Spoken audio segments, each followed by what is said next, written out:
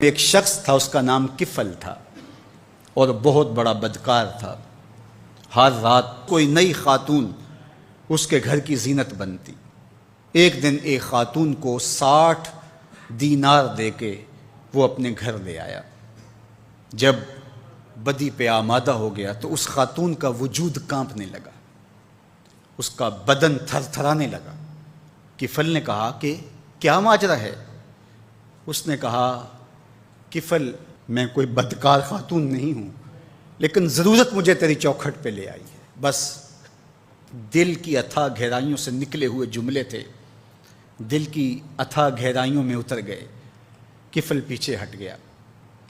میرے اور آپ کے آقا و مولا فرماتے ہیں کہ کفل کا اسی رات انتقال ہو گیا۔ لوگ جب صبح گئے تو کفل کے دروازے پہ لکھا ہوا تھا، ان اللہ